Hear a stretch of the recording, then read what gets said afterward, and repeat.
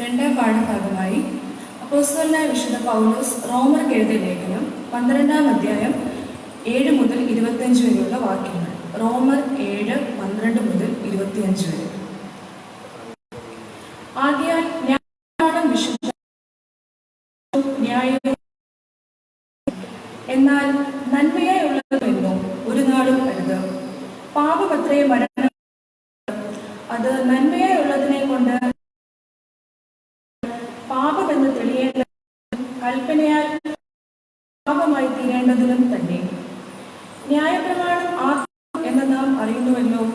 ഞാനോ ജഡമയൻ, പാപത്തിന് ദാസനായി വിൽക്കപ്പെട്ടവൻ തന്നെ. ഞാൻ പ്രവർത്തിക്കുന്നത് അറിയുന്നില്ല, ഞാൻ ഇച്ഛിക്കുന്നതിനെയല്ല പകയ്ക്കുന്നതിനെ അത്രേ